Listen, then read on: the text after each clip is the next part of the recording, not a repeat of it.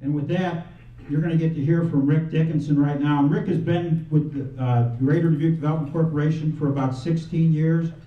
And I like to describe Rick as the catalyst that made a lot of these positive things that are happening in Dubuque become a reality.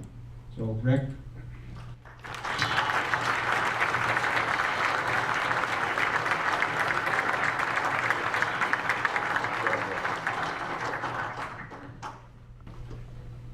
Thank you, Mike. Mike and I had the pleasure. Thank you, Mike. Mike and I had the pleasure of driving over this morning. Is this working now? Yeah. Okay, great.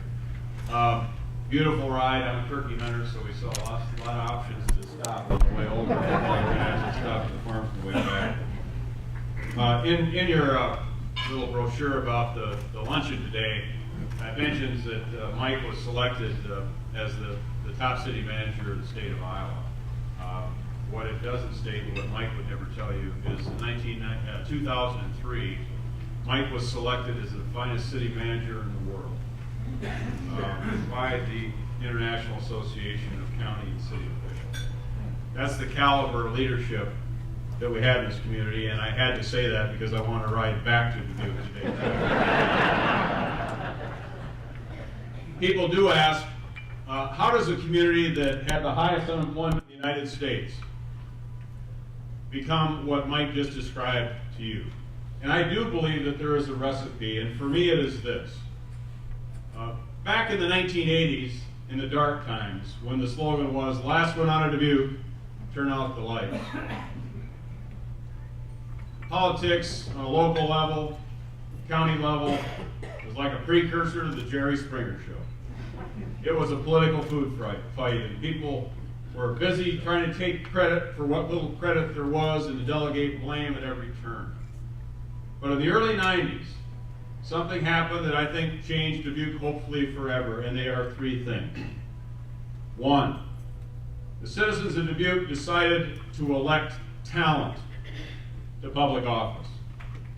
Two, they decided to hire talent to implement the policies that elected talent identified.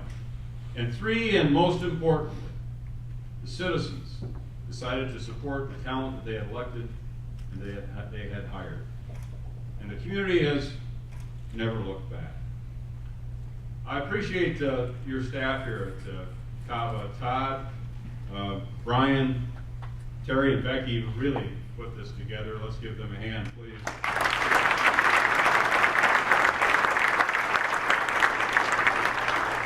You should be very pleased with the staff you have. I know I am. And Stan, to you and your family, congratulations. You're part of that leadership that I just described that every community needs. I want to quickly go through what we do at Greater Dubuque Development Corporation. I think you'll see some similarities to what you do now. We're not here to pontificate about what you should do. We are here to share what we do, and if anything applies, you're welcome to it. Number one, and most importantly, at Greater Dubuque Development Corporation, business retention and expansion. You heard Todd talk about that. In fact, it sounds like you just picked up the Synchronous software for your BRE. We purchased Synchronous in 1998, the first city to buy the software. We call our business retention and expansion program Info Action. You give us the information, we'll act on it. It's the most important thing we do. We have professional staff sit down with over 250 of our employers every year. Ask the same questions of each. Enter that information into a database, which then becomes our Bible.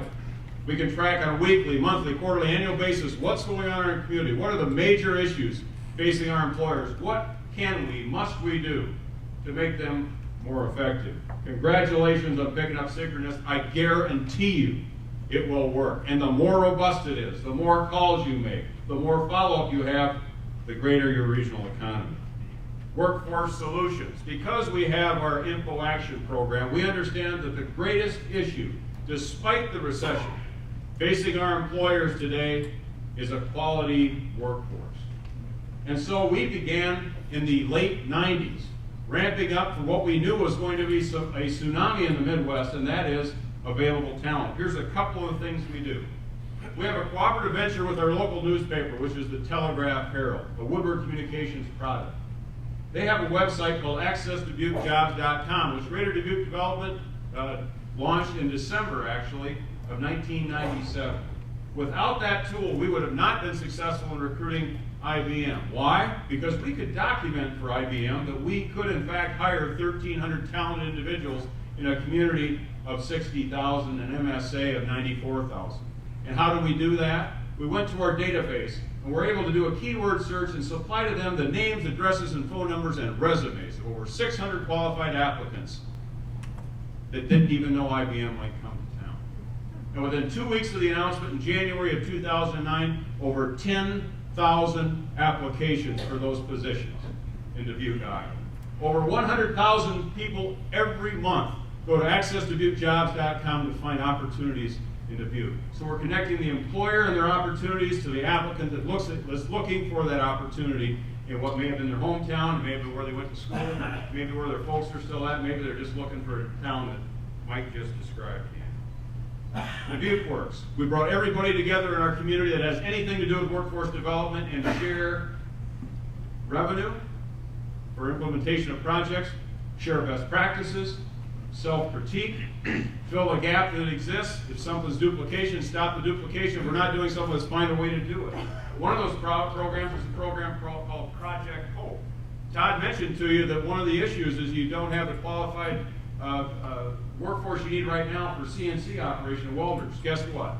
We're trumping any obstacle to someone who in fact wants to work in Dubuque, Iowa, and is willing to go back and get that training. We provide tuition, support for child care, support for transportation, any financial obstacle to getting that kind of training they need so that we can supply the workforce that we need. And we raise that money locally. We have concierge service in Dubuque. Our office supplies concierge service, and it's darn good service too. We give tours to newcomers to our community, show them a little bit about our town. We do classes, 5 classes on a nightly basis to welcome them to our community, to give them a flavor of what Dubuque's all about, to show a little love. Because once we go through the expense of recruitment, we want to retain them. Lastly, national marketing. Now, everybody thinks economic development is all about that, don't they? It's all about getting an IBM to town. But here's the kicker. If you don't have that business retention and expansion program so that the people who are already here and tell you what your product is really like, and what you need to fix, and what you need to build upon, you can't successfully recruit nationally. But because we had the business retention and expansion program, because we had the workforce solutions, when the opportunity of an IBM came to town, we nailed it. But don't think that Dubuque's success is about IBM alone. You talked about the valley of the recession. For Dubuque, it was August of 2009, and it was a very shallow valley for us, thank goodness. But from August of 2009 to August of 2011, we created 2,700 net new jobs in our metropolitan statistical area, 1,300 of which were IBM. The rest were Hormel, another new company, producing a microwavable meal. The others were existing employers who were growing 2 here, 10 there, 20 someplace else. National marketing works when you understand the product and you can build on it. We just launched the next campaign. What's next for Dubuque? We fund our organization in 5-year increments. We've done that now for 10 years, and we're entering the third 5-year funding campaign. Our goal was to raise $8.5 million over the 5-year period. We launched it on March 1. I have not shared this with my board yet. Mike knows it. The number we have had March 1 was $4,300,000 raised. Today we are $60,000 short of $8.5 million, and will not end the campaign until late April. It's very impactful for us. And what are we going to supply as a result of that funding? Our goals are 3,300 net new jobs in the next 5 years. An average wage that exceeds $18 an hour in anything that we do. Over $700 million in commercial and residential development, and population growth to 96,500, which will be about 5 times the percentage growth of the state of Iowa in our area. That's what happens when people make investments. 1995, I was hired Within 30 days of my coming on board, a floating casino in East Dubuque, Illinois, went down the river and left with its 500 jobs. A foundry in East Dubuque, Illinois, burned to the ground, 70 jobs never to return. The packing plant, FDL Foods, second largest employer, 2,000 employees, announced that they were going to lock the door. Mike Van Milligen thought I was the angel of death in economic development. But out of that quagmire, out of that crisis, developed relationships and trust, and caring that carries this community to this day. Shortly after those announcements, I went to Duluth, Wisconsin. There was a workshop up there, and I was fascinated by its lakefront development. And some of you have probably been there. It's very impressive. I met the city planner, who had since retired, about that project. I invited him to come down to Dubuque because, in fact, Dubuque's riverfront at the time was butt ugly. No doubt about it. That's the best you can say for one. We knew there would be something different. So we brought the planner down. He spent 2 days with us. And as he closed the meeting, he said this: if any of you in this room think that some knight in shining armor on a white steed is coming into your town who's going to help to recreate your riverfront, you're doomed. But if you want to find the champion that's going to help make it happen, turn to your left, turn to your right. That city did it. They turned to their left, they turned to their right. They realized that they were the champions for their community. We have one of the most beautiful riverfronts in the world. And it's just one of so many things that have happened in a city that was the greatest victim of what at that point was the worst recession since the Great Depression. Today, an even deeper recession is a shining city in this nation. And I see all the potential, all the realities, all of the talent, all of the champions in this room that will make that happen here.